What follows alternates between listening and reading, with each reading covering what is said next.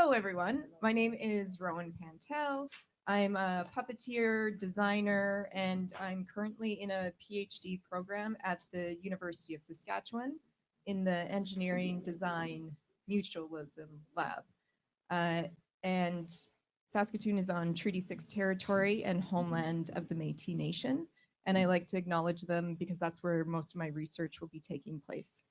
I'd also like to start by acknowledging that Montreal is on unceded Indigenous lands of the Kanahaka. Someone help? Kanahaka? Thank you. Mohawk Nation, and currently members of 11 different Indigenous nations call Montreal home as well. So when scientific research meets puppetry, how did we get here?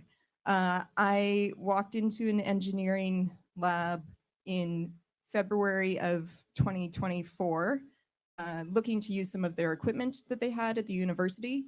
And as I left, they asked if I wanted to do a PhD in puppetry.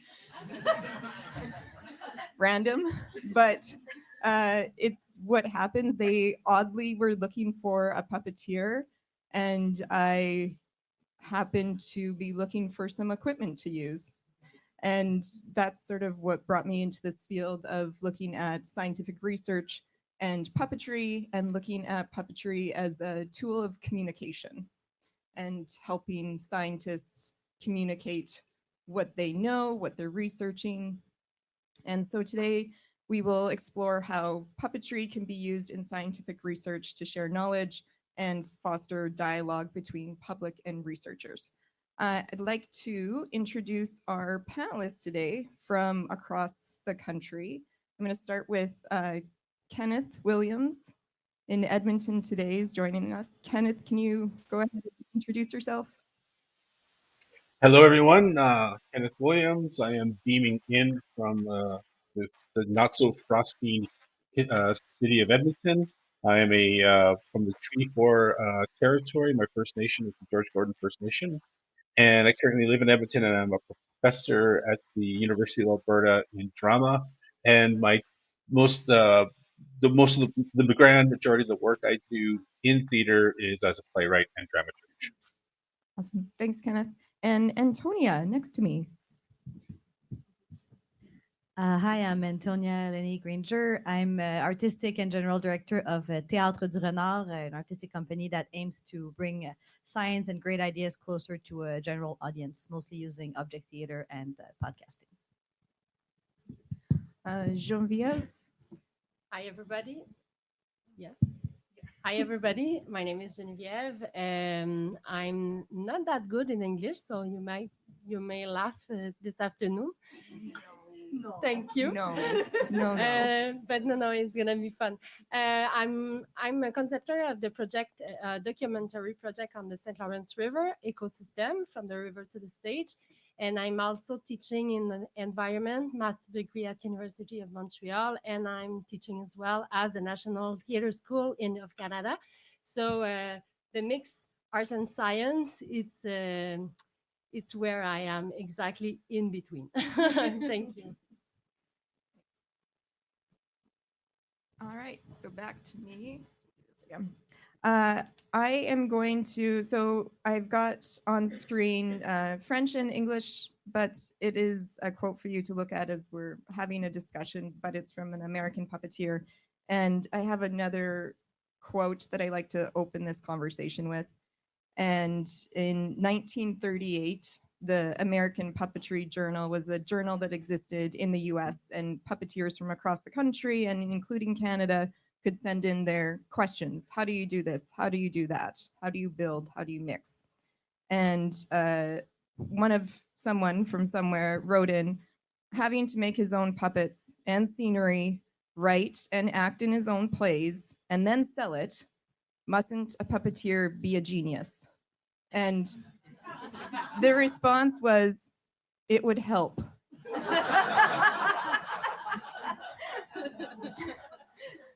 So I like to start us in this spot because I think as artists and puppeteers, we don't always value the vastness of knowledge that we hold and that we're expected to hold and expected to do at a, you know, a level of professionalism.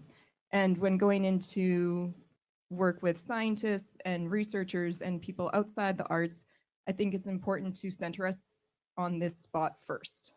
We as artists have knowledge. We have been trained as communicators and how to reach out to people, how to talk to people, get people to think in a new way or discover something. And this is why I think at this point in over the last 10 years, it's been coming up more and more in puppetry and in arts across the country, but why scientists are now looking to the arts and looking to artists, because they are having a problem with communication. They don't know how to get what they know out to the rest of the people in a way that we care about it. And I think, well, is fair? Yeah. I don't think I realized before going to see shows this week, Louise, you kind of curated an environmentalist festival this year. Is this maybe? Yes. And for those of you that got to see Dimanche on the opening night, it was looking at climate change and chaos and people just ignoring constantly what was happening. I laughed through the whole thing, and then I left at the end being very disturbed by just sort of the lack of action that the artists were portraying on stage. And then yesterday we were at, forgive me, the Mirrors. Merci. And she described a moment where she was drowning because her scuba suit didn't have air in it. And instead of telling the person she was with, she's just like, I'm okay, I'm gonna go up now. And then almost drowned and died in the process of that because we're so unwilling to make anyone else uncomfortable. And so those were things that just have stuck with me over the last few days as we begin in this. So on that note of fun and drowning and chaos of the environment, so today we're going to look at partnerships that have developed across Canada over the past decade. As I began this research into puppetry and scientific research, the first note I could find was from the 1933 Chicago World's Fair, where a puppet show in the Hall of Science was seen by more than 3 million people, which I think is amazing. And industry at that time was just beginning to recognize puppetry for its potential for advertising and public relations and communication. So almost 100 years ago. And my work right now is with something called the Climate Collaboratorium, which Kenneth will talk more about. And it is a co-creation of applied theater, decision labs, and climate change adaptation and mitigation. So basically, we're trying to use theater to transfer knowledge that scientists want us to share back to communities. And we've got partners in Saskatchewan, of course, and Alberta, but also in the UK, in Germany, and in the US. So different groups and universities looking at the same problem and trying to find different ways that we can communicate. And where else do I want to go? I think this is a great time for Kenneth, for it to be over to you. And Kenneth is going to talk a little bit about how he got into the world of being a theater maker, working with science and scientists. And he is going to be the playwright on the piece that I'm hoping to have be performed in the fall of 2026. So Kenneth, off to you. Thank you. First thing, I want to say that I don't believe that the dividing line between science and art should be so hard or articulated as if there's like opposites of two things. Because because I want to just do a little experiment with you right now, a little thought experiment. I want you all to just imagine a circle. Okay, just imagine a circle. That's all you have to do. And now, congratulations, you're all mathematicians. Math is the expression of describing some things that we can see when you're doing applied math, but a lot of things we cannot see when you're doing like true math. And like math articulates a circle as, you know, the circumference equals 2 pi r, you know, 2 pi times multiplied by the radius of the circle. That's one way to describe a circle. That's all that is. We can describe a circle, you know, using whatever language you want to use. And the thing I learned about math, pure math, was that there's no true one answer. There is the most graceful answer, you know, the one that expresses something more meaningfully with the least amount of words. That's the one they're always looking for. But if you come to the same conclusion, the same true answer from a different direction, that answer is also correct. So that's scientific thinking, and that's also artistic thinking. And because as theater artists, we conceptualize space, we conceptualize time and energy. We may not think of ourselves as scientists, but scientists are just doing the exact same thing. Physicists are doing the exact same thing. Engineers are doing the exact same thing. They just use a different language. So that for me, arts and science are kind of the same kind of thing, only we're trying to find a truth through both. Now we may, you know, scientists have sort of that quality that we assume as being like hard truth, like this truth is like is totally proven and it becomes a law. Well, you know, much to many people's surprise, there are very few laws in physics, which means most of what we try and define the world with and what we move the world with is actually a lot of theory.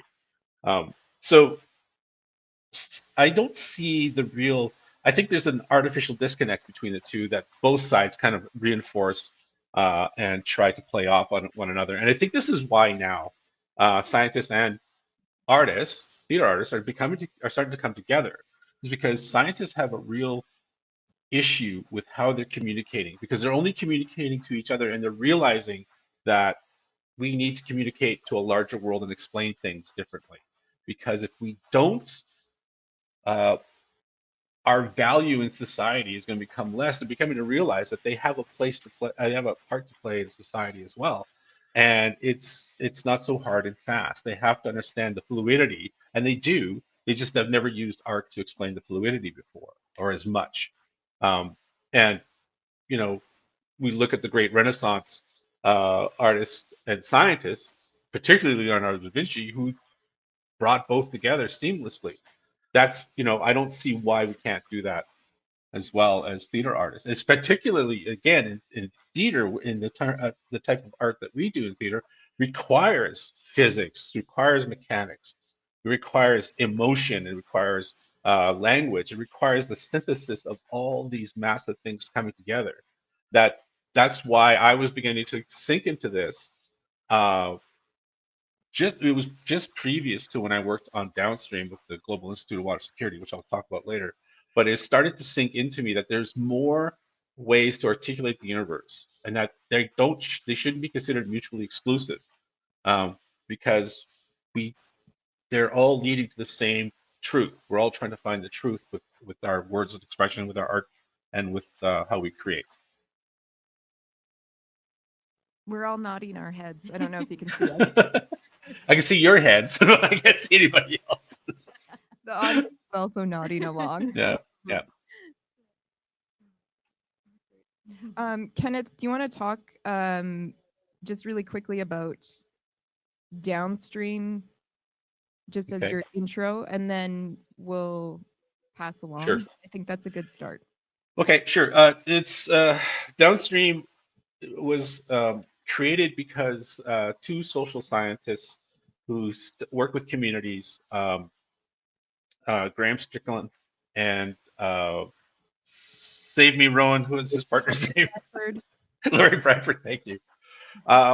okay, they were looking at how communities use the Saskatchewan River Basin, and if you can just mentally look at a map of Western Canada right now, the Saskatchewan River Basin starts in the Rocky Mountains, flows into Alberta, obviously into Saskatchewan, and continues on into Manitoba. Now, the way, because provinces being provinces, the way the provinces were sharing or using that water was based on a formula of Alberta got to use 50% of what flowed into it. Saskatchewan got to use 50% of what flowed out of Alberta, and Manitoba was stuck with the rest. And yeah, looking at an organic kind of like way the the way ecologies work, that just didn't make any sense. So they went into the communities that were affected by the Saskatchewan River Basin, and they started asking them, how do you use the water? Let's come up with a comprehensive plan across all the entire basin, and not something based on these artificial borders that really don't serve anybody on either side of the borders really well at all. So what they did was they went to these various communities, they gathered people in those communities and asked them, how do you use the water, and how should we use the water? After that, no, I was brought in after they had done that first round of consultation, and they had come up with 7 points of view, or 7 pillars of thought, they call them, that best represented sort of common thinking in these 7 areas.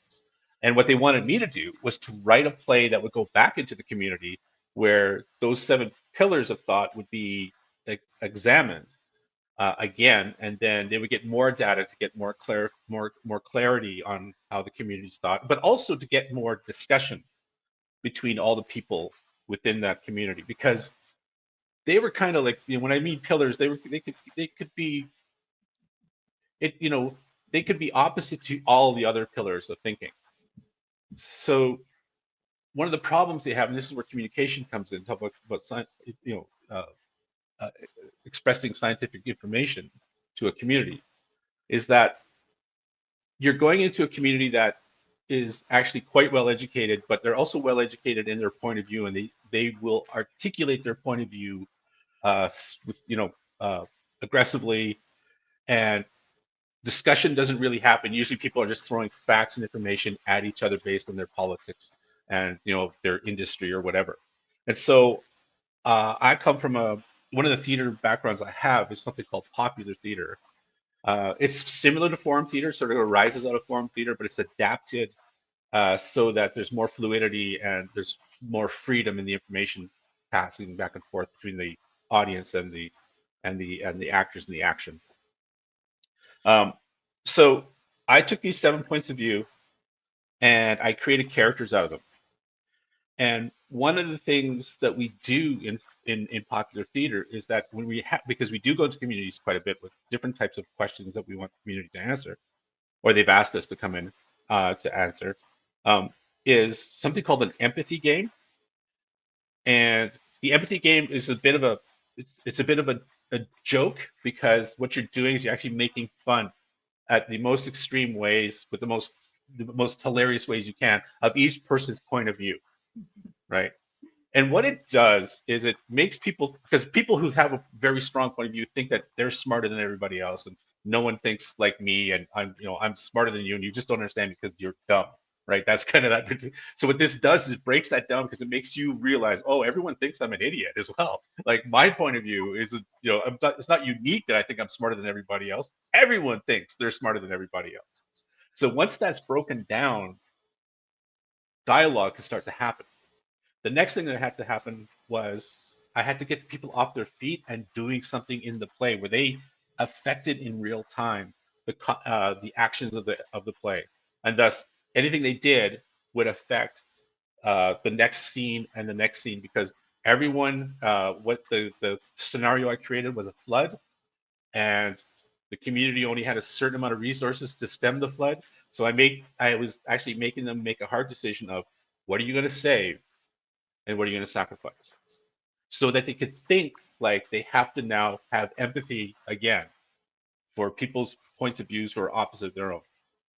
And so that was what the play was, and that's what became Downstream. And um, Laurie and Graham said that the reaction they got and the data they got back from the communities was so rich that they said they didn't it it was well past what they estimated they were going to get, and they thought that was one of the most successful uses of going back into a community. And they'd never done theater before, and they were really happy about it. And that's why now 10 years later, with this much larger project, that they wanted to go back to drama as a means of communicating what they've learned and how to express this scientific information both to communities and from the communities that created it. Awesome. Thanks, Kenneth. That's a very good overview of start of like where Kenneth is situated at within this. Antonia, you ready? Yeah. Okay. Hello, bonjour. Yeah, so a bit like, yeah, that's perfect. I can't see it, so it's great. Yeah, so I stumbled into working with science a bit by accident, like you, but 10 years ago. So it happened because I was reading different books, and I read the book A Brief History of Time by Stephen Hawking, and that kind of changed my trajectory in unexpected ways. But before that, I studied theater. I only did arts. I dropped sciences as soon as you could in high school. Um, yeah, and yeah, with this book, I was exposed to new ideas that completely changed, transformed the way I saw the world, but also to the great questions, the philosophy of science, the humor also, and the absurdity in research and in these historical characters. So it really made me see it in a different way that wasn't just math based. Although Kenneth is, yeah, math is great. I love math now, but back in the days. And so that ended up being, by another kind of crisscrossing of stars or whatever, my first show called A Brief History of Time that premiered at the first OOF about 11 years ago now. And yeah, that one, yeah. So that was a show made with toys in my garage and my old stuff, and it worked out really well. And I decided to create this company, Théâtre du Renard, based on the character in The Little Prince. That's the fox that's getting tamed by getting ever closer to his friend, the human. So it was this goal of just making these grand ideas that had such an impact on me a bit closer to general audiences using object theater, which is the medium that I prefer. And so just using that to not, I'm kind of trying to find a balance. I'm not trying to teach a conference about these ideas because these exist and I'm not going to take question, and it's still a show and the artistry is the most important thing. But at the same time, I do want the ideas to get transmitted, and I want people to feel like they're getting it, at least during the show. After, if you can't remember what it was about, that's fine, that's normal.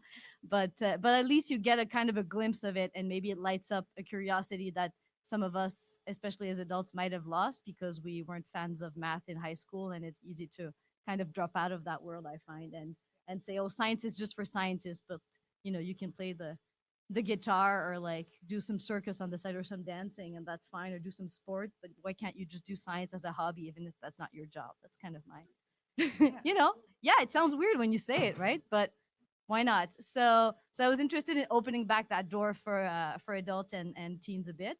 That was the first show. And then last year, the second show called La Rébellion du Minuscule was kind of the follow-up to that. Exploring the world of quantum mechanics, quantum physics. So completely different aesthetic, but we had a lot of fun playing with lights and acrylic and low tech projection, and using the what I like most about object theater. So the simple poetry of like some of the puppetry shows we see with Louise at Casteliers, where you see how it's done and yet it's still magical. And so I love that idea about it. And for me, it touches to the magic of science for me, that you have these simple ideas, and yet when you kind of start getting them, it's a bit vertiginous. Not sure that's a word in English, but yeah. Okay. Yeah. So yeah, those were the first two shows I did, and then in parallel to that, oh yeah, maybe we can watch. Okay, yeah, let's watch. That's the trailer for the most recent show. It's in French.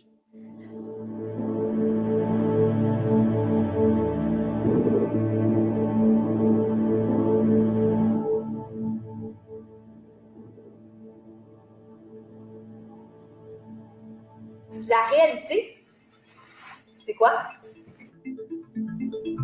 Tout part d'une idée. L'artiste part d'une inspiration, l'explore pour l'approfondir. La scientifique part d'une hypothèse, expérimente pour la valider, pour arriver à quelque chose, une œuvre, une idée qui se tient.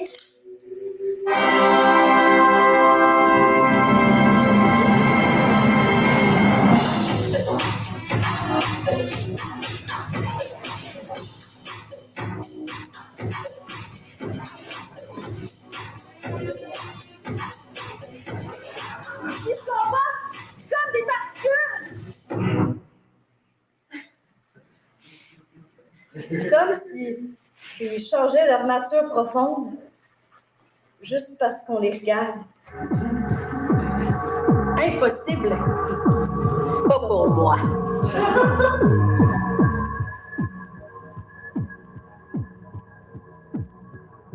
Peut-on se fier à ce que l'on observe?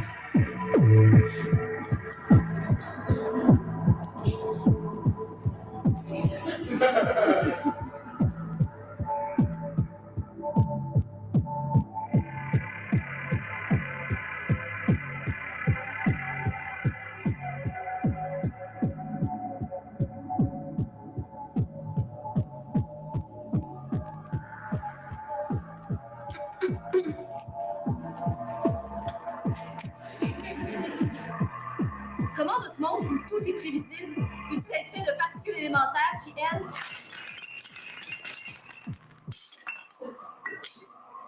sont imprévisibles?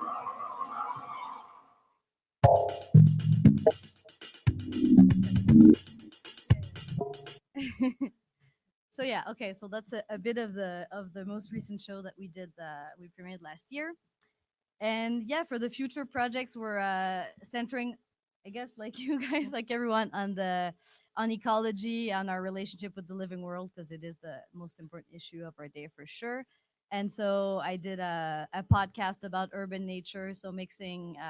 It's not with puppetry, but I'm trying to write so that there are images that appear in people's head, just like you will have images on stage. I'm trying to have the same reflection of the connection between these ideas and powerful images. I find that objects have a way of being concrete yet abstract, and so it kind of anchors us to the idea, and it helps us remember it because we remember the image. But also, these abstract plastic objects can open us up to many different interpretations, and I also like that. So I feel like people that are less into science, when they get into the show, they can imagine, they can sort of fly with these images a bit wherever, but we're still grounded in the ideas if you want to, plunge into them with us. So that's something I find interesting. And so yeah, the future projects will be more arts outreach, connecting people to their local nature with the podcast, and probably a show about the living world eventually in a few years. But yeah, basically that's what I've been doing for a few years. That's awesome. Thank you. Thank you. You were talking a little bit about letting people's minds get to the same place. And it kind of, Kenneth, it reminded me of what you said about we're all coming from different directions. And if we can get to the same truth in the end, and just, we'll talk about that more in a moment. I want to give Of course, yeah.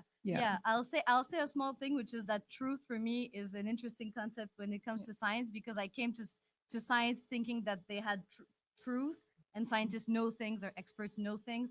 And the more I researched it, especially with the quantum physics shows, that you realize that the scientific method is actually about finding the best possible answer right now, a bit like Kenneth was saying, but it's an answer that can always be critiqued. And that's how science gets better, and that's how it's stronger, perhaps, than a dogma that would be absolute, because then you can't actually progress and challenge what you thought before. And that's what my shows are about, these great ideas that challenge the way we saw the world and change how we can see it now. And so for me, there's a really process of constant change and questioning in science that's very close to the artistic process. And that's what I want to forefront in the shows as well. So the ideas, but also this process that I think is misunderstood perhaps by many people. Yeah. Love that. It's great insight. We're going to talk more about that in a few minutes. I want to, Geneviève, how did you come here today? because of you, Rowan.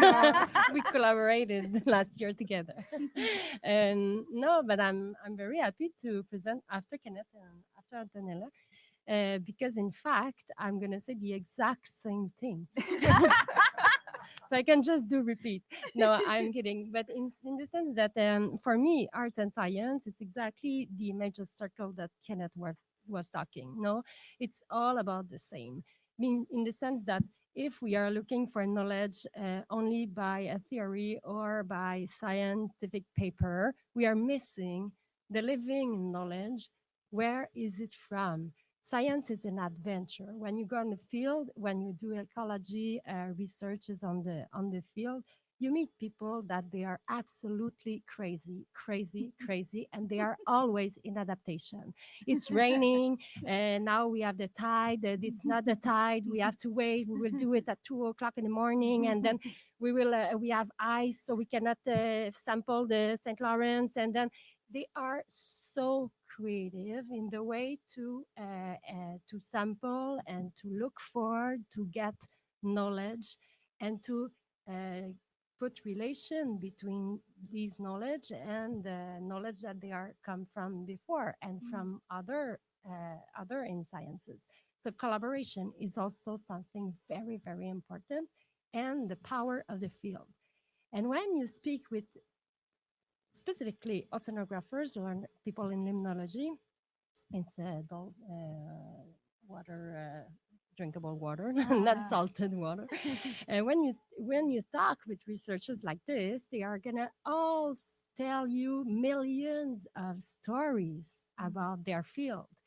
And this passion is so common because my passion personally is water. So when I connect, even if I did not know 8 years ago what was a bloom of plankton at the spring, I really get it really fast because it's logic.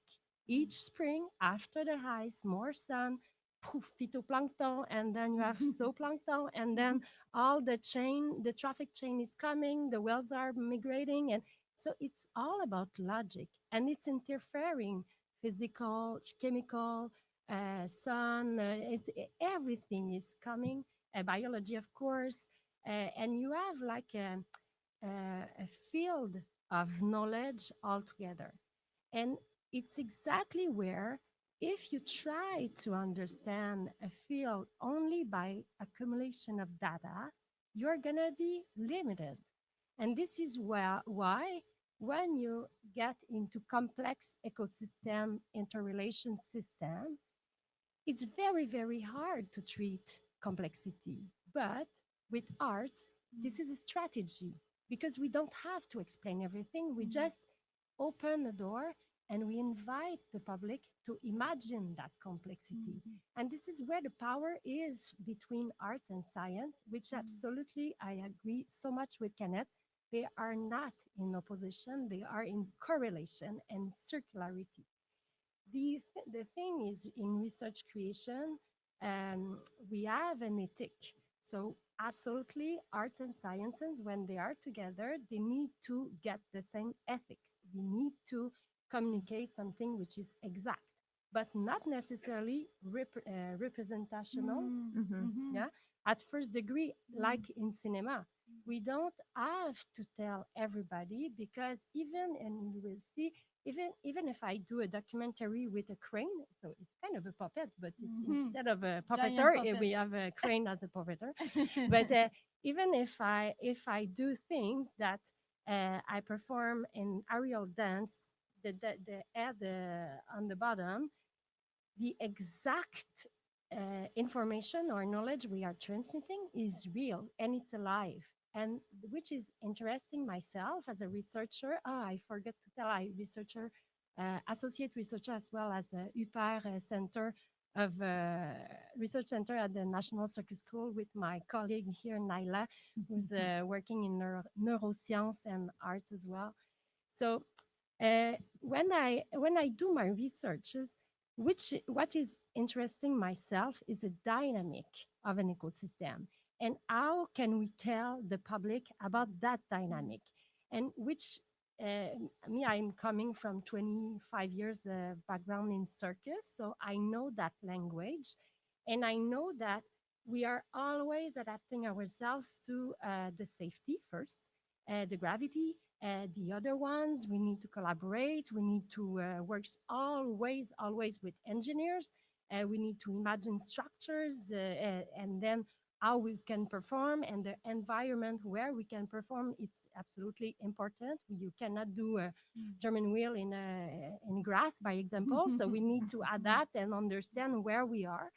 But when you come and you open a dialogue with an ecosystem, you also need to be in contact with it. So this is why that the project of ecosystem, you see it here. It's in front of the St. Lawrence River, and we are absolutely depending of the winds, of the tides, and this representation, the transposition of it with the St. Lawrence create a real dialogue, which I think Kenneth was talking also, that the reality of the performance and the reality of the St. Lawrence are connecting.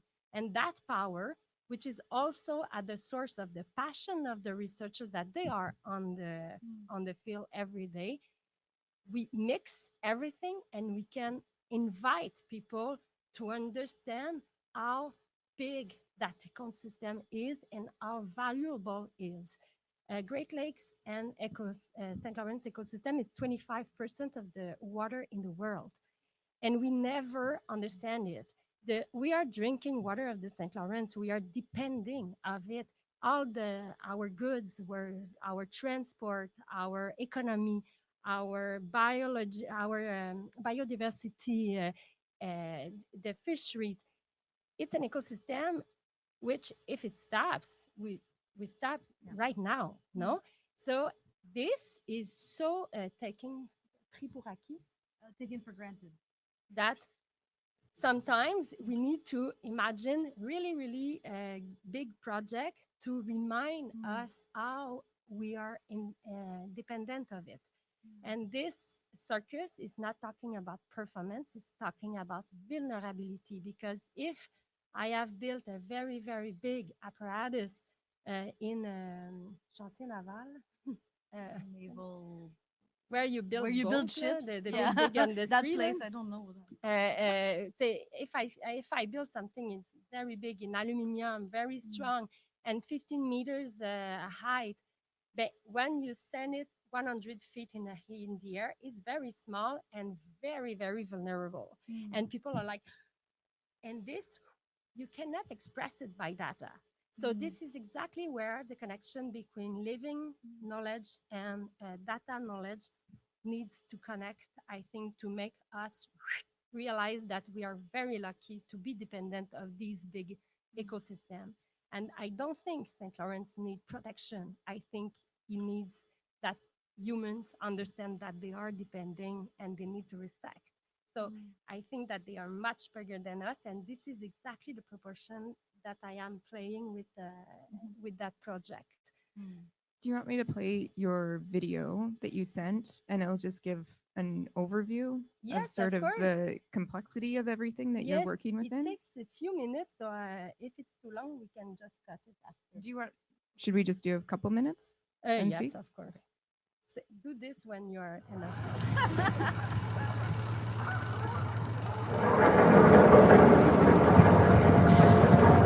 आप सभी का federal caribou पे स्वागत है। धन्यवाद।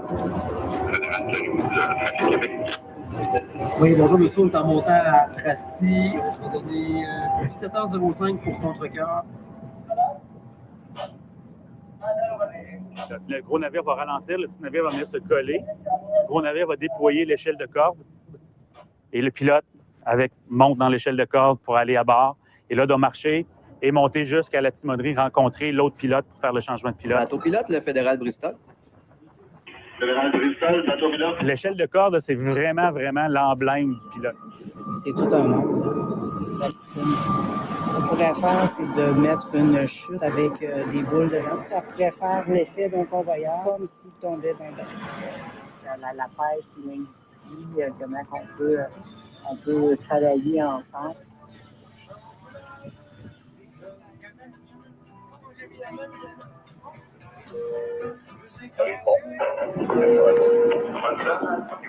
Ton filet, il va tourner comme ça. Les vagues commencent. Je suis en train de monter.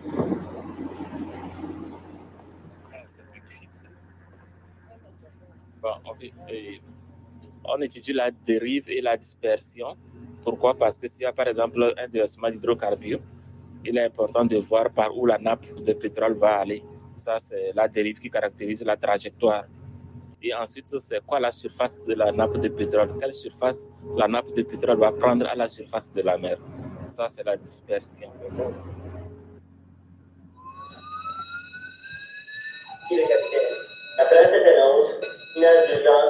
C'est obligé par la loi de faire des exercices réguliers. Là, visiblement, on est en présence d'un radeau de sauvetage, un radeau de survie gonflable. Et on voit qu'une des naufragés va tenter d'aider sa consoeur. Ça ressemble vraiment à la réalité.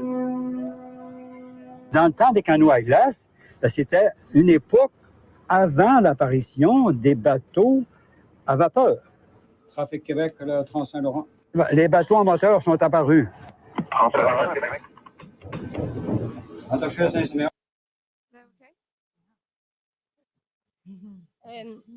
So maybe just a few words that I don't want to Oh, talk no, too no, much keep- because when I start arts and science, I can speak. I do 16 weeks of 4 hours, so I have a lot of material. But no, ecosystem. I started that project in 2017.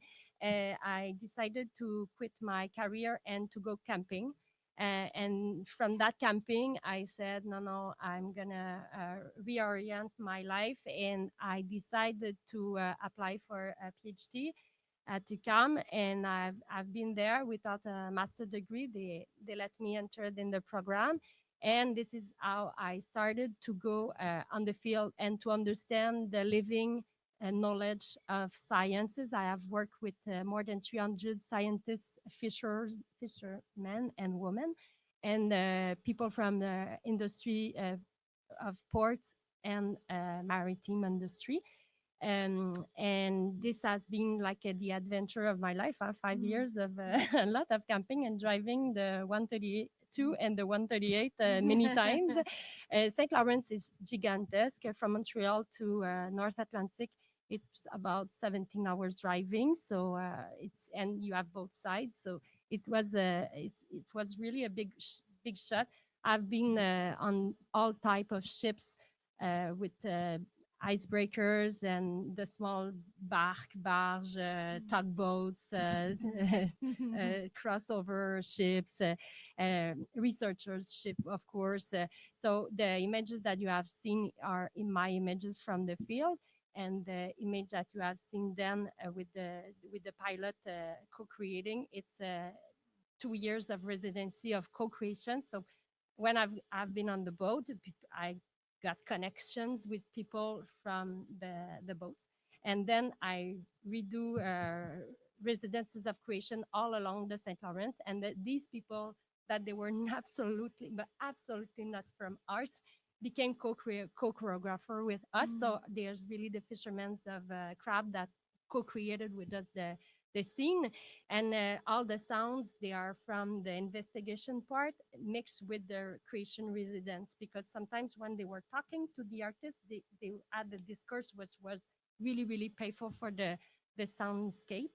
So I had like 10,000 hours of material to mix in 1 hour show. It has been really a big issue. It took me 9 months more to listen. But then this is the project. So there's no music added. And it's really, really about sounds from the St. Lawrence, and the structure. It has been also a big adventure financially. Just imagine to get grants for that, but also like a big work together from people from the naval industry and the train industry, and people from circus at UPAR as well. So it's all about how we can connect, do the project together. And Rowan arrived last year for perpetrating in the show. That was a really really nice experience. that also came along the same time as I was working with the engineer department and then working on your project, and it all just sort of crossed into my path at once, which was magic. Jed. Yeah, Jed Jed. connection. Hi, Jed. I want to start having a conversation between the three of you. I'm here sort of just to listen and learn. I'm in the first 2 months of the PhD, so I'm just in the point of where I'm trying to absorb as much information as possible. But something that I think as an artist worries me about coming into this realm is like the art side being lost and being sort of overcome by all the information, all the scientific research, and the research becoming the priority. We have a Oh, baby. Hi, Kenneth. 2 of them. How many do you have? Okay, I want to ask a question, but I also want to just know the cat's name first. Okay, the one that's Drusilla. Drusilla. Drusilla, and the one here. Oh. Say hello. That's Augustus. Drusilla and Augustus. Yeah. They were bound to show up. It happens. Yeah. Yeah, I just want to sort of throw to the panel this idea of how do you keep art, it can't go priority above the science. The science and the information still has to come through, but making sure that artists aren't just used as another tool, or we're not just becoming, I like relating it to like poster design. Go to a science fair, there's lots of posters designed on the walls to share information, but those are not artworks, those are not paintings. And we understand that not all posters are art. And how do we make sure the artwork also comes through this? I don't know who wants to start or. Well, for me, I work mostly with quite old ideas, and so I don't work with researchers doing like Geneviève is doing contemporary work right now. I work with them to correct, to fact check, to check what I'm doing afterwards, but it comes mostly from me. So for me, what's interesting is maybe the great questions that are underneath all the data, or maybe the different stories we can tell from this same data, but also I think the challenge and the potential is the image. We're working puppetry and object, and that's our tool and our kind of magic that we can make. And with this, we can really, I think we can go further than just illustrating the science. But I have to say, it takes a long time. But the last show we did about 4 completely different versions before the 4th one was the good one. So it took a long time to find images and objects that were not just illustrative, but like you were saying, but that were actually either bringing us further, or at some point we thought about this vertigo of these quantum ideas that challenge the way they're completely against how we live our normal lives. And so they kind of challenge, is this an illusion, or why do the things, the atoms that make me up and make everything up, why do they behave so weirdly compared to my own experience? And that's a kind of vertigo that I think we can feel also with a great artwork or something that touches us. We can have this sense of like, wait, what? And kind of fall into that. And it kind of shifts our perspective, but sometimes in ways we can't quite name, but we're just kind of, this had an effect on me that's a bit mysterious. And so when we found this idea, this nugget, we thought, okay, this is what we have to do. We have to find images that can help understand the concept, yes, but that actually give you this kind of vertigo, this kind of magical feeling that maybe a scientist has when they discover something that might shift everything. Yeah. And so we kind of had that as our line of following, which helped to go away from just illustrating the idea. Yeah. And Kenneth, I can see you nodding, so I'm going to toss it over to you. Yeah, I think that I understand the concern that, are we just are we subverting art for the purposes of science, right? And I think one of the things that I sort of have an answer to this is that when we were doing downstream, one of the things that was sort of frustrating between myself and Graham was that Graham didn't know how to read a script. Like I was relying upon the common knowledge and experience of my fellow theater artists, such as particularly the designer, that when she read the script, she goes, "Oh, I know what you mean. She's going to build the props as necessary for the space that we had and the people that we're working with." And Graham wanted to know exactly what they look like, how big they're going to be. It's very, scientists want these like kind of hard edge things. And I was going, I don't know how big the stage is. I don't know how heavy they are. All these other things. I know that designer will read that script and know exactly what I'm talking about. Right. So there's a different way that we speak to one another that, again, I think we bring as artists, particularly theater artists, that, it's just like going back to new research, going back to like physics. If you ever like had to read a physics paper, or a math paper, we would be like lost if you aren't in the world of that. So I think what we do is, as artists, is that we take a look at the larger unknown, and we sort of throw a question at it through art to see if we find something that is revealed back to us, right? Scientific research tends to focus on the minuscule at a time. They build they build their road with tiny bricks at a time. And those bricks, going back to what Antonia said, is that constantly challenged, like the need to challenge science is there. And we do challenge art as well, right? We do challenge artists as well. But I think that if we look at scientists who sometimes look at us questioningly and go, no, we ask the hard questions as well. We just are more speculative. We're more this is not a bad thing to say. We are more emotional. We are more reactive. We use reflex to respond, and those aren't bad things as well. Those give us some sense of truth. Another little quick story. I'm incredibly afraid of heights, right? And if there's a barrier that's above my waist, I'm fine, right? But if there's not, I go nuts. So when you go to the top of the CN Tower, there's a glass floor, right? That lets you look down, straight down, like between 300 and 400 meters, straight down. The irony of the situation is that glass floor is structurally stronger than the concrete that you're walking on.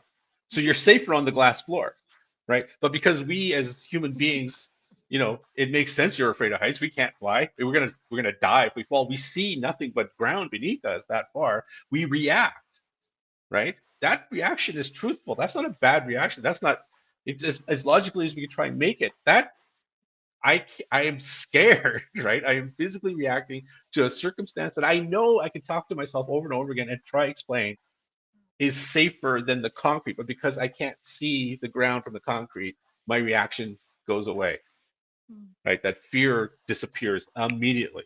So what is that? That to me is like the part where artists walk in and try to explain and try to come up with answers, because we do try to explain things. We do try and find things to talk to an audience and go, is this true to you? All the time, whenever I work mostly in narrative text, is this true to the audience? Is this true to the actors and the characters? Is this true to the world you've asked the audience to sit in, right? So we do that. And I think, I don't know if I've answered your question yet, but I do believe as artists, we do have, that's valid. And we are allowed to be valid that way and say, there are questions that we are asking that just, we are not giving you an answer to. Yeah. Are there, this will go to the whole panel, maybe Geneviève, you can start, but are there places that you think working with scientists made your art better? And having to be in that collaboration process where you're not collaborating with just a room full of artists. I would never go back. Great answer. No. Co-creation is it's phenomenon because we are mixing passions. We're not mixing data. We are mixing passions, and we try to bring that passion to the public. They are really, really, really passionate about the work they do, and not only scientists, but also the people from the. It's a shipyard. This is where you get Shipyard is the word we were looking for. people that She who speaks work- 4 languages also, so yeah. But people that they work on the shipyards, they are really, really proud. And why? Because they are connected to water. So it's that, and that is trying to get connected, because it's, of course, it's not important, as you said, to understand everything of the can take physical. It's not that. It's to get that curiosity, that glimpse of we are small inside something much bigger. So this is where I think connection, arts and science can be so rich, because it's about also the power of the field, of what is surrounded us.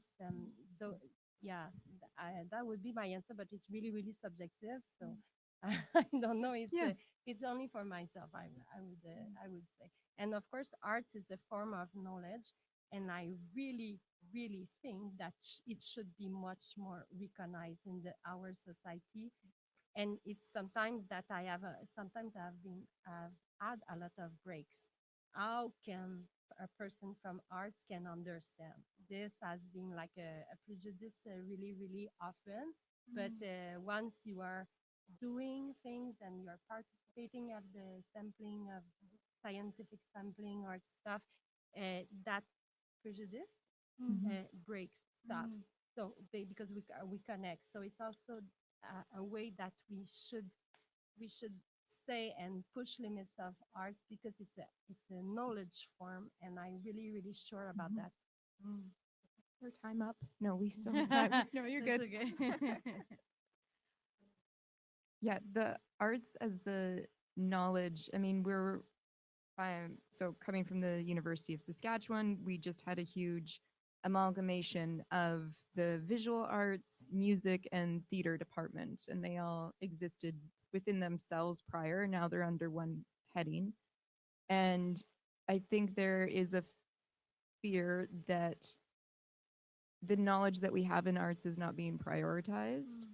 And so when we finally find other departments and faculties like engineering or sciences that understand our worth within the arts, you just kind of want to grab onto that and go to that, because it's so, you feel undervalued. And arts get cut from elementary schools, and they're getting cut from universities across the country and across North America.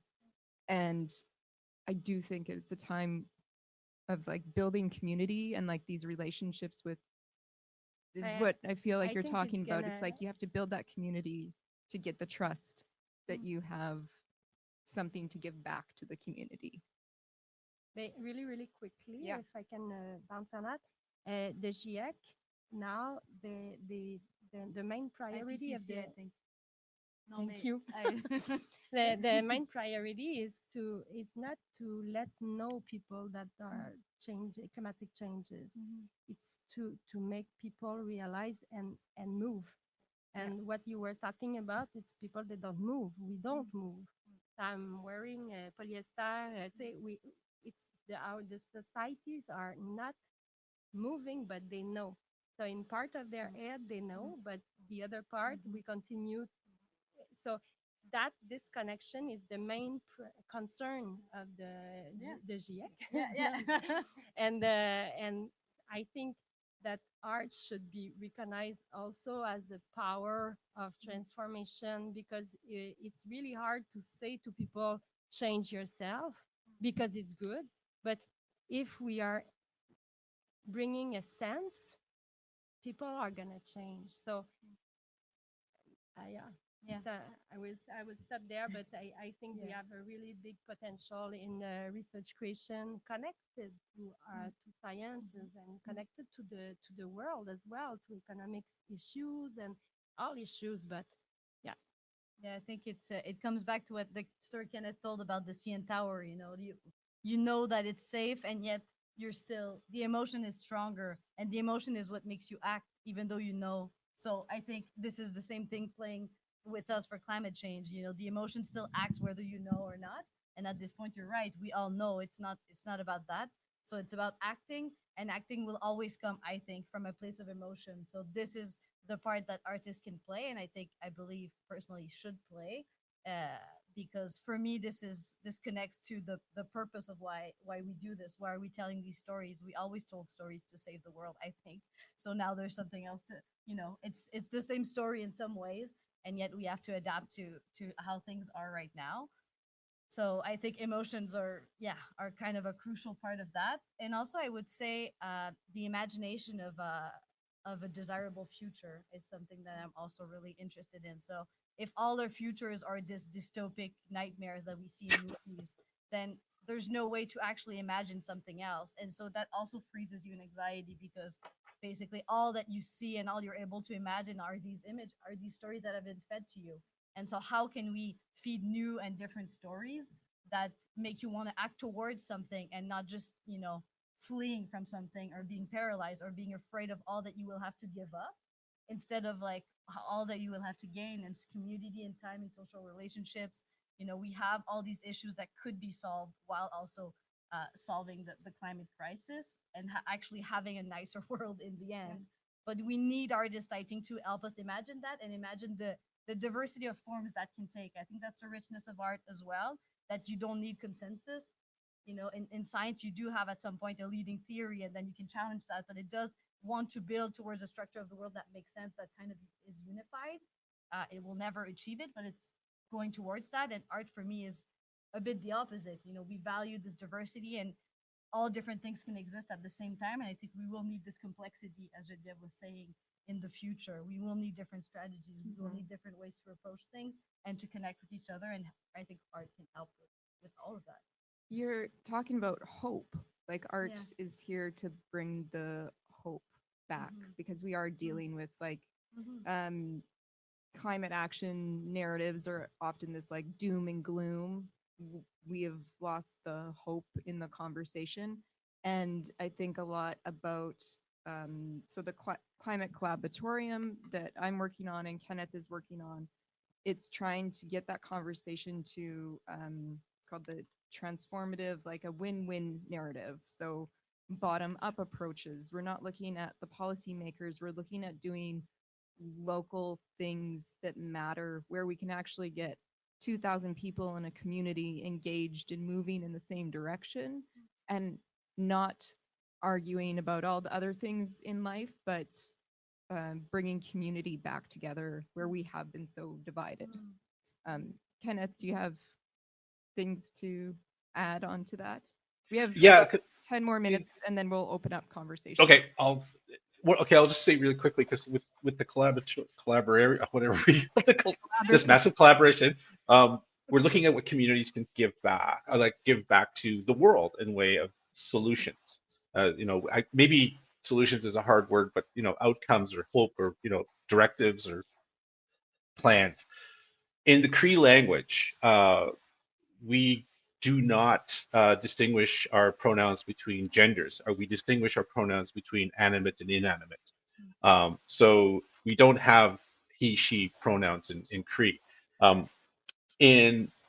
But water is sometimes considered alive and sometimes not considered alive. And one of the concepts that was coming out of our initial research into the water basin, that the one community we're looking at sort of very carefully, is the Cumberland House Cree Nation on the Churchill River Basin. And they refer to the water as the water is thirsty, because the water is not full of the nutrients that it's supposed to be full of. It is not carrying the life that it needs to bring. So the water there is close to being considered dead, right? So when you look at the world, it gives you a different perspective. The second you have to think about, in terms of English, what we think of water, scientists will go, it's H2O and nothing else. In Cree, we go, no, the water it sustains life. It's much more than just its chemical compounds brought together. It's not these not these two atoms thrown together in a V shape that makes water. Water does other things, and it's required, and we need it. So that's why we say it's alive, or it's dead, or it's dying, it's thirsty, or it's hungry. So to me, art is another way of going. And the reason why I think art gets challenged quite a bit is that it asks us to look at the world differently. It asks us to take our narratives that we're comfortable with and challenge them. And that's why I think art has power, but that's why art is also constantly being challenged politically or dogmatically, because it gives us a question that might consider something we held dear as true and find out that it's not really as true as we thought it was. So that's, I think, going back to hope, is that the Cree people there in this one community are saying, this is the outcome and we know why it's doing this. So let us help undo it, because when it's doing this, it affects not just us, it affects all the life in this delta. And I think the same, because we're talking to communities in Great Britain, talking to communities in Germany and in the United States, who are these locals. Going back, Geneviève, to your fishers and to your people who work the river, they know the river because it's not just their livelihood; it's a life that they've sort of gotten to know emotionally. So when you say we're going to challenge it or damage it, they will react emotionally to that. So art has a way of saying, this is how we connect to this part of the land and to this water. And so we can say, maybe understand that you're a part of this whole thing as well. You're part of a larger, more complex system and not something simpler. Thank you all. I think the conversation has been great. And I'm also aware that I could sit here and listen to these 3 for 6 hours and I would be happy. I honestly would. But I'd like to open up some questions to everyone else in the audience, the puppeteers, the researchers, someone at the back. Oh, Shoshana.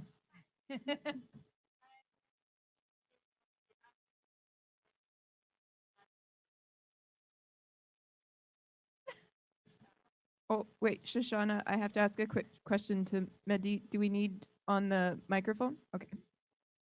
Okay. Or repeat. Oh.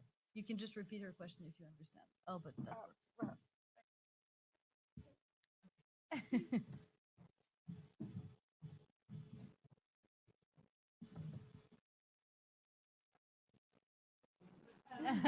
Sorry.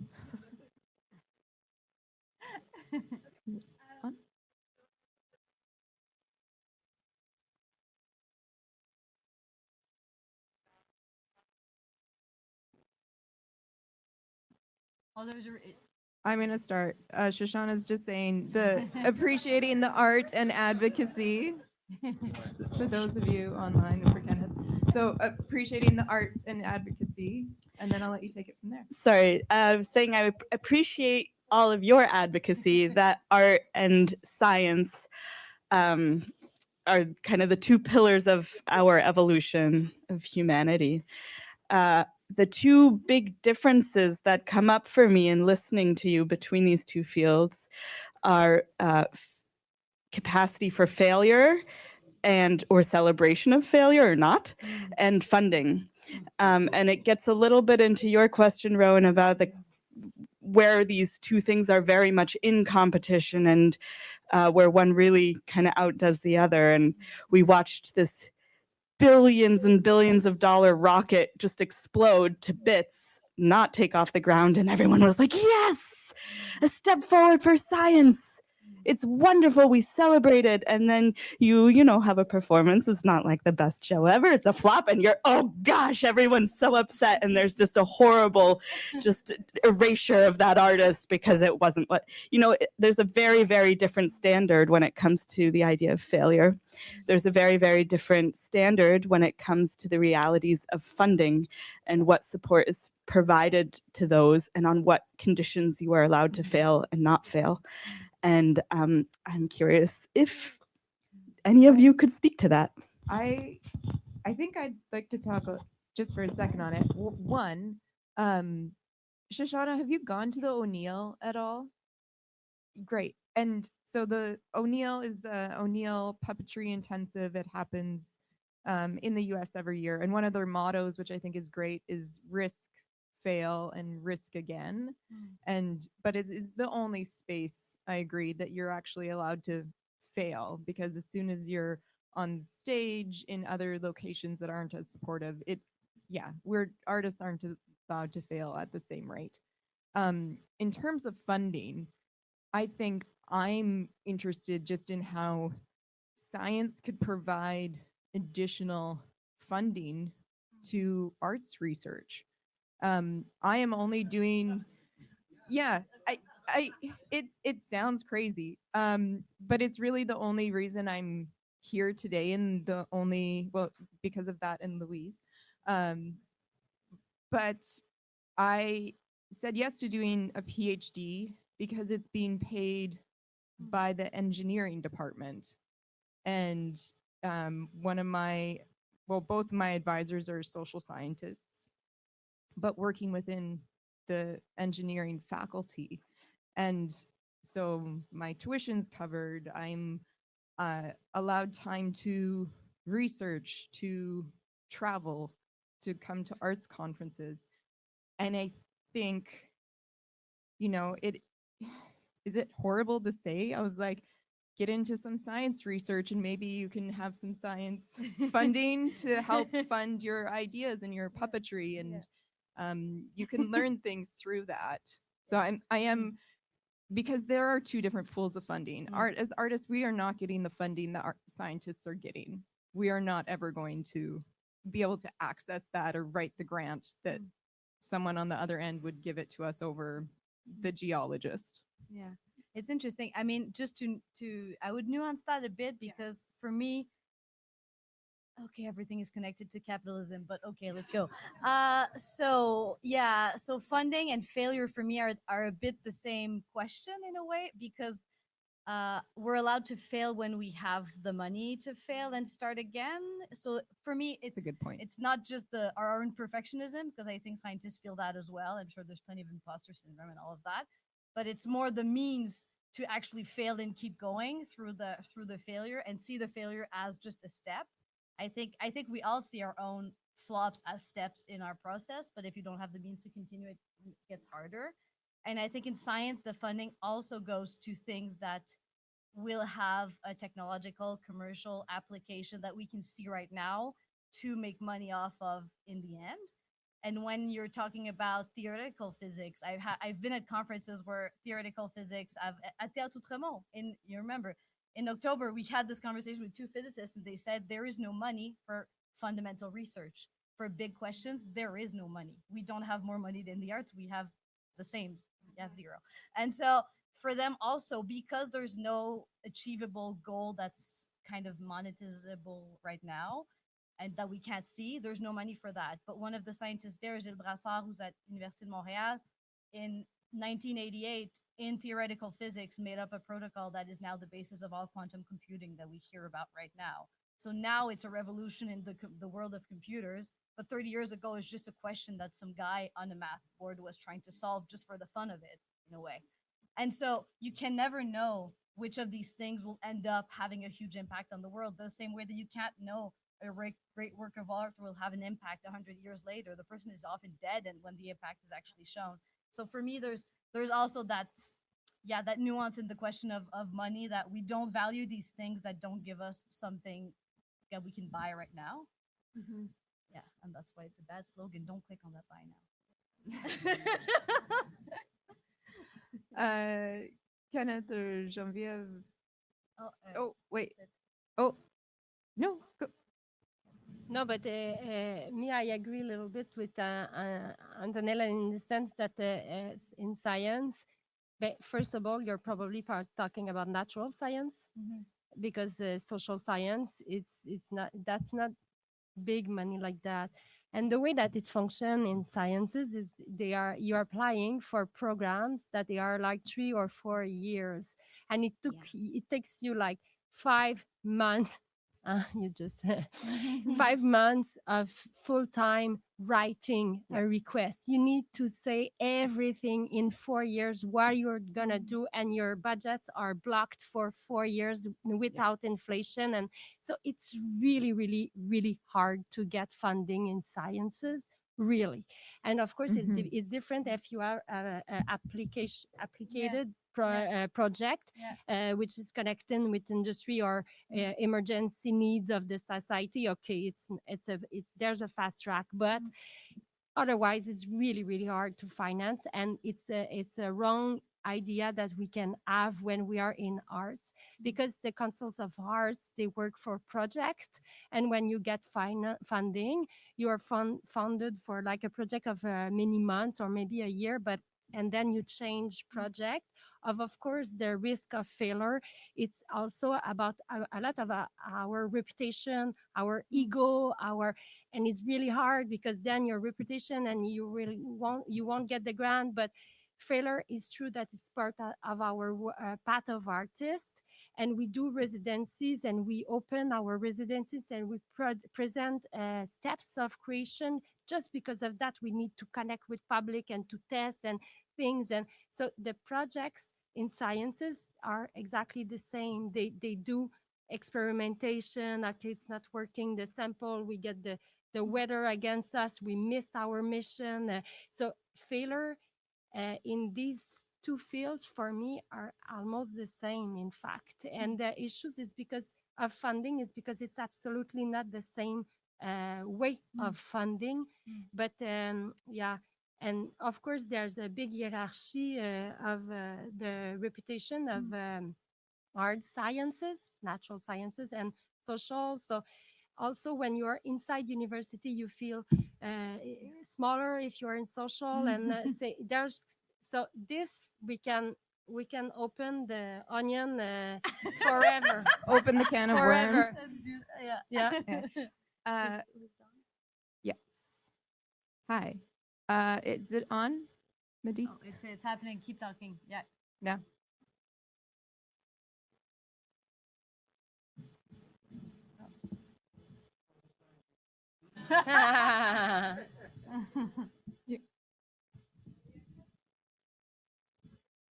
Do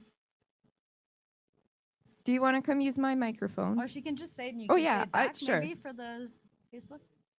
Yeah, I'll repeat for you. I'll do my best.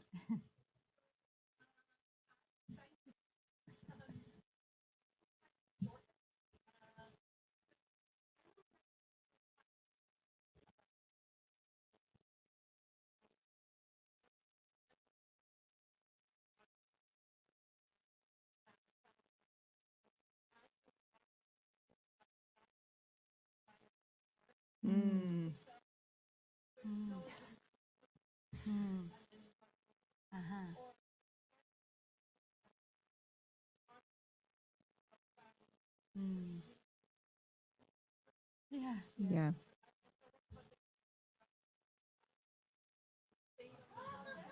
That's amazing. Okay, so I'm gonna try and say this again. So the expectation when going into these projects, sometimes the scientists are really happy with the outcome, but the artists aren't.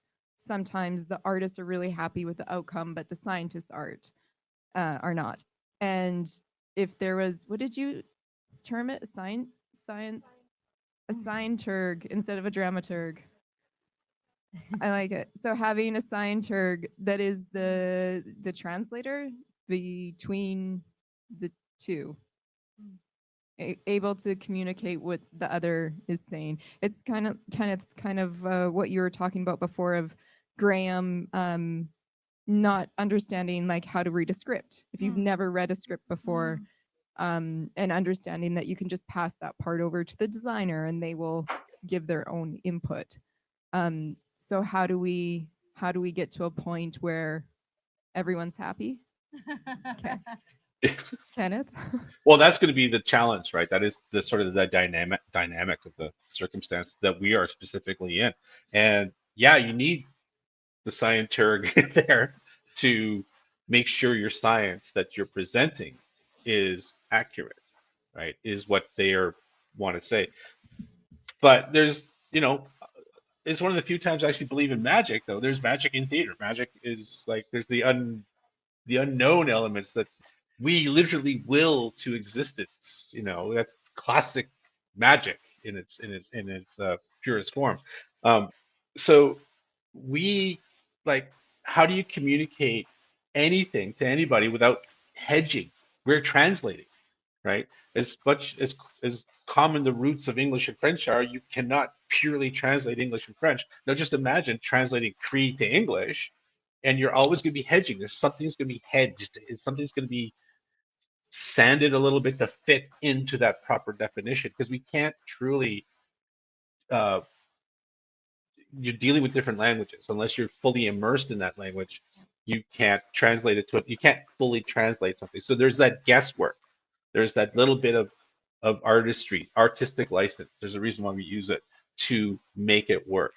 So we do communicate to an audience, because you cannot, if you want to communicate to a broader audience, then you have to make it accessible to a broader audience.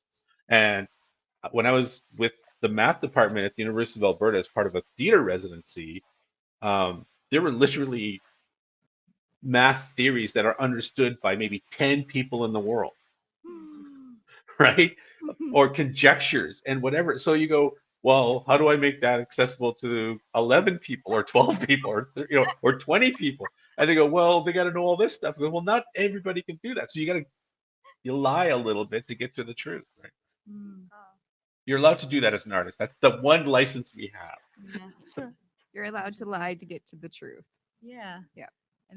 And you're allowed also to ask questions that the scientists cannot ask because of the nature of their work and the framework that they're stuck in sometimes. So I think that's also a power of the artist, to sometimes go a step further and ask that question, that a harder question, that edgier question.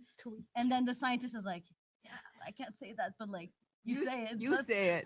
I agree that it should be said. So that's something that's quite interesting. But I guess for my personal experience, I haven't done so much work collaborating with scientists from the start, like using their own research. So that's something where the relationship, and I imagine the goals have to be very clear of what you're trying to do, and what is the space of each person where they're free, and what is the common space where we're trying to do something together, and also being conscious that that will for sure evolve and change during the project because it's long term. And what you start out with is prejudice, expectations that maybe are challenged. But for a very concrete tip, how I work is I read a lot of books of scientific communication. I don't read math, so I read books without the math. But I read a lot of them. So I make kind of an average of things that keep coming back. I say, okay, this is probably solid. And then things that are a footnote in one book, I'm like, this is probably kind of not so great. So I tried to construct with that. And then we've used kind of science-turk, but a consultant, scientific consultant, but that also has a background in theater. So that's really great. But she came into rehearsals with us 3 times maybe. And then she read the whole script once, and then she came to the show, and that was it. So she comes in quite late in the process. We discussed, and I send her on a little research mission to like, I heard this on the radio. Is this true? Like, can you check? Because also science keeps changing. So by the 6 years you take to write the show, sometimes things have actually shifted. So you have to adapt that. But yeah, for me, I like the fact that I can get the artistic freedom to write what I feel is true. And we can never say everything, but I try not to say anything that's false. That's kind of where I try to be. And once you do that, people come back to you and they're actually quite touched that you're using their passion as your passion also, and exploring that field. So I find that scientists, generally the ones I've worked with, are quite tolerant of tiny glitches, and we've had to change one word per show. That's our average for now. So it's just like one vocabulary word. Like, I would prefer this term. Okay, fine, whatever. But I don't want them to read the script. Actually, I want them to see a rehearsal with the images, with everything together, because with the rhythm of the show, it's different. You're not stuck on every phrase, checking that there's a flow, there's an emotion, there's a vibe, and this also is part of the artwork. So for me, I like them to come in a bit more at the end to see something closer to the finished artwork, and often they have a better reaction, I think, than if I just made them read the script in the first draft. That's what I would say. Yeah. Question? This might just be. Oh yeah. Thank you. Oh, yeah, no, I think it's good. Thank you.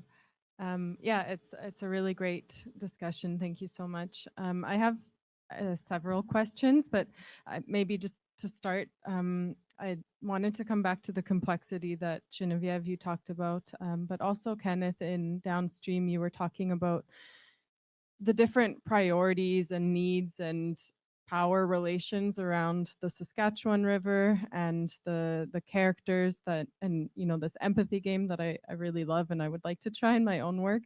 So I'm wondering, Geneviève, this is more so for this question for you, and then also Kenneth, perhaps you can build on the work in downstream, just the complexity of the human relationships and the needs and priorities and values around, in your case, the St. Lawrence. I imagine that in the process, and particularly in a co-creative process, people have come together who have very different opinions of what the priorities should be or what should be represented to a public, or not represented, but put into the final show. And I'm wondering how you have managed those tensions, and maybe if there haven't been any, what other kind of tensions have come up in the co-creative process? You might be surprised, but there was absolutely no tension because, first of all, we haven't co-created the scenes. First of all, they welcomed me on board, and they needed to care about my safety. Really, really, really, because if you are in a fisherman boat, it's really, really dangerous with all the cables and stuff. And of course, I come from circus, so cables, I have an idea of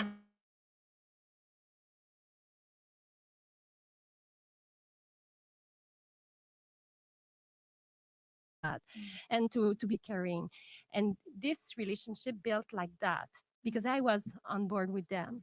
So when they came on board with me and the team of circus artists, and that we needed to connect and to choose and to arrange, they were really, really surprised because they were not from the arts. So they were surprised to recognize, even if we were in the vertical way, their work. And they were like, oh my God, but this is it. And when I crossed from a pilot boat to the big one with the ladder, I feel that adrenaline. And they were like, so it was really, really touching. So this is why. But of course, where I have a big, big input, it's the montage of the soundscape, because I took sometimes 200 hours together inside of 45 seconds. So, but I knew where the oomph moment was. So I knew already what was passionated them because we knew each other. We have a lot in common. We're both geeks in our ways, of passionate, as you said, about our field. So for me, the next kind of frontier is how do we make sure that the creations we do together are actually accessible to a wider range of people. And so it goes a bit larger than your question, but for me, that's a worry, that because we're so proud that we've managed to mix art and science that are so different, we forget that maybe we can be even more inclusive, and maybe we're speaking to each other, but we have a lot in common. We are very intellectual. We like research. We're curious. You know, we have a lot of things in common. And so perhaps we need to make sure that where we perform these things, where we do them, to make sure that actually they are accessible to other people and not just artists and researchers coming to meet each other and see them, which is a good first step. But for me, I feel personally that I'm ready to go a little bit beyond. How do we make sure that other people are included? It doesn't just feel like an intellectual niche kind of cool art science piece. Like it for me, it shouldn't be niche, you know? That's a kind of an issue I have, that it should be even more inclusive because it's both of these things, but sometimes the way we communicate makes it seem even less accessible to the average people. So yeah. And I think like for work that Kenneth and I will be doing on the collaboratorium, it's very much about the performances are happening in the communities that they affect. They will have like a showing in the city because we have to because of grants, right? But the most of the performances are happening in the community so that the community is able to access and listen. But yeah. And you're also Geneviève? playing along the Yeah, same you're lines. Yeah, on me, the I'm waterway. outside, and our residences are in front, and with the public, they are stopping and asking many, many questions, and I'm not talking to people, and I don't have a message, and I don't have a morale, and sometimes I'm just like putting. It's like if you put a light on a small part of the St. Lawrence, and people they discover that, oh my God. So, because during the show you have seen some images, but everybody was talking to me about the goose that passed during the show, and I said this is the best compliment ever, because I did all that just to bring you to see. So thank you so much. And and they were not saying, you tried to convince me to take care of the what. No, I said nothing. I'm just saying that it's crazy what's happening on the St. Lawrence, and we cannot imagine that craziness. And that this is how people then they reflect. And we did the survey, and we did analysis. I'm doing analysis now, oh my God. But yeah, and we did focus group, and the it's really, really interesting how people they get their own lecture of the show. And I think it's really important, because if you talk about something which is so personal, as it's big, but and it's common and it's society, but a river, it's also really personal. It's a universe of references for each person. So if you try to say, take care, you are exactly doing the opposite of what I try to open and to communicate the passion of the people from the water. No, so yeah, it's about that. Last question, if you still have it, and then we're gonna wrap up. Do you? Yeah. Sorry. Also, the light stops right at yeah. Hello? Oh, there we go. Thank you. I'm thinking about values, and as a presenter and artist myself, I'm often thinking about the values that underlie my artistic practice, as well as many presenters who I've spoken with here. Not thinking about values or morals that might be in the content of a work, but the underlying values of art, of community, shared beauty, experiencing something, breathing in a room together, physical excellence, whether that's through dance or puppetry. I see these as kind of underlying values that most people in the arts share. And I know from the realm of science, science is notoriously kind of silent about, well, we can't prove values with science, but my suspicion is that scientists have some underlying values that inspire their work. And so I'm wondering, one, if there's something that the arts have to offer in terms of helping to shape the values of science or scientists. And two, just from your own experience working with scientists, do you find that there's some kind of shared value that keeps them doing their work, other than, oh, this is neat, I could do it, let's go blow up another rocket, right? So yeah, just the values of scientists that you've worked with, and what do you think the arts world has to contribute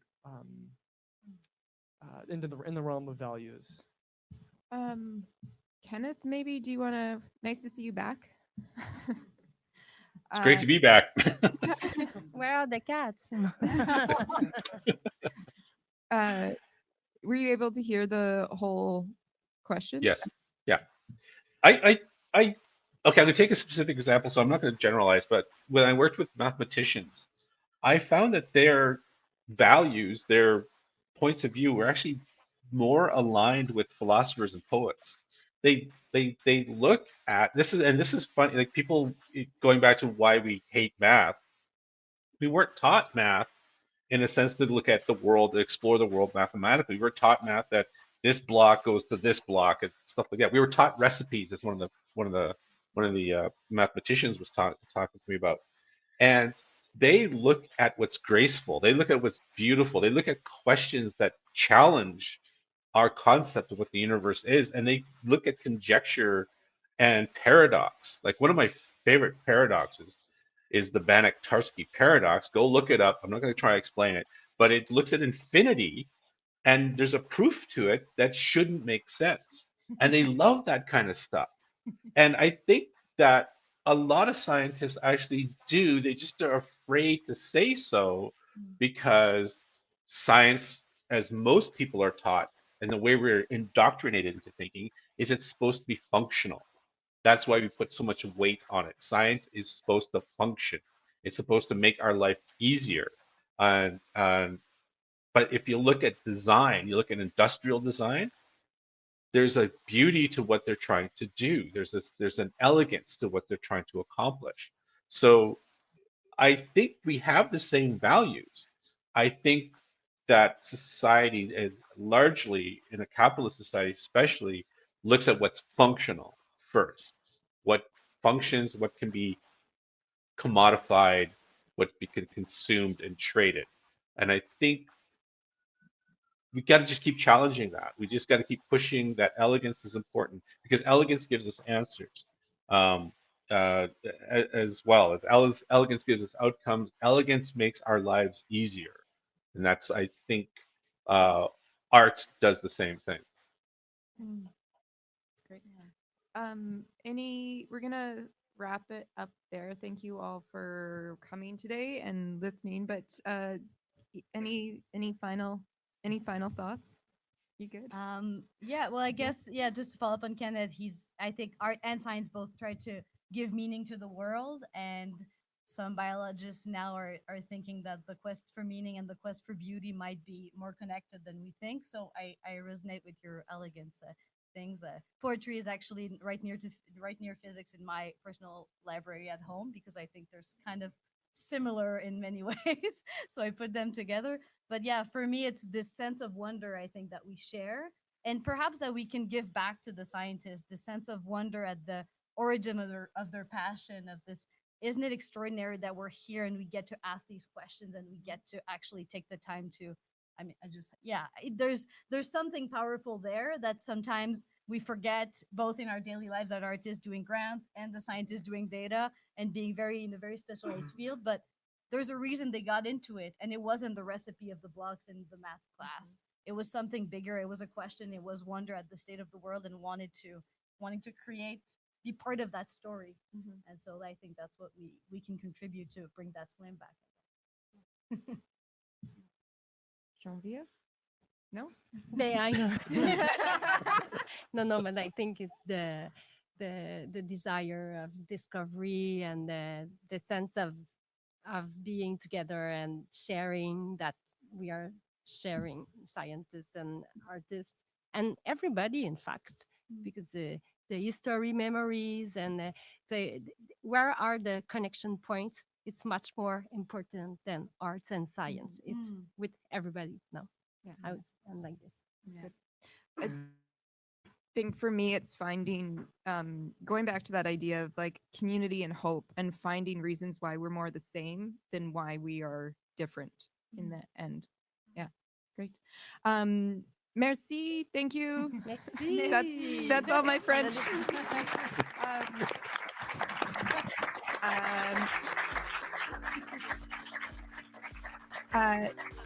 Thank you to Louise for inviting us, and Casteliers, and Madi for tech help, and Eric, who isn't here, but the whole Castelier team is amazing and incredible. So thank you for what you do.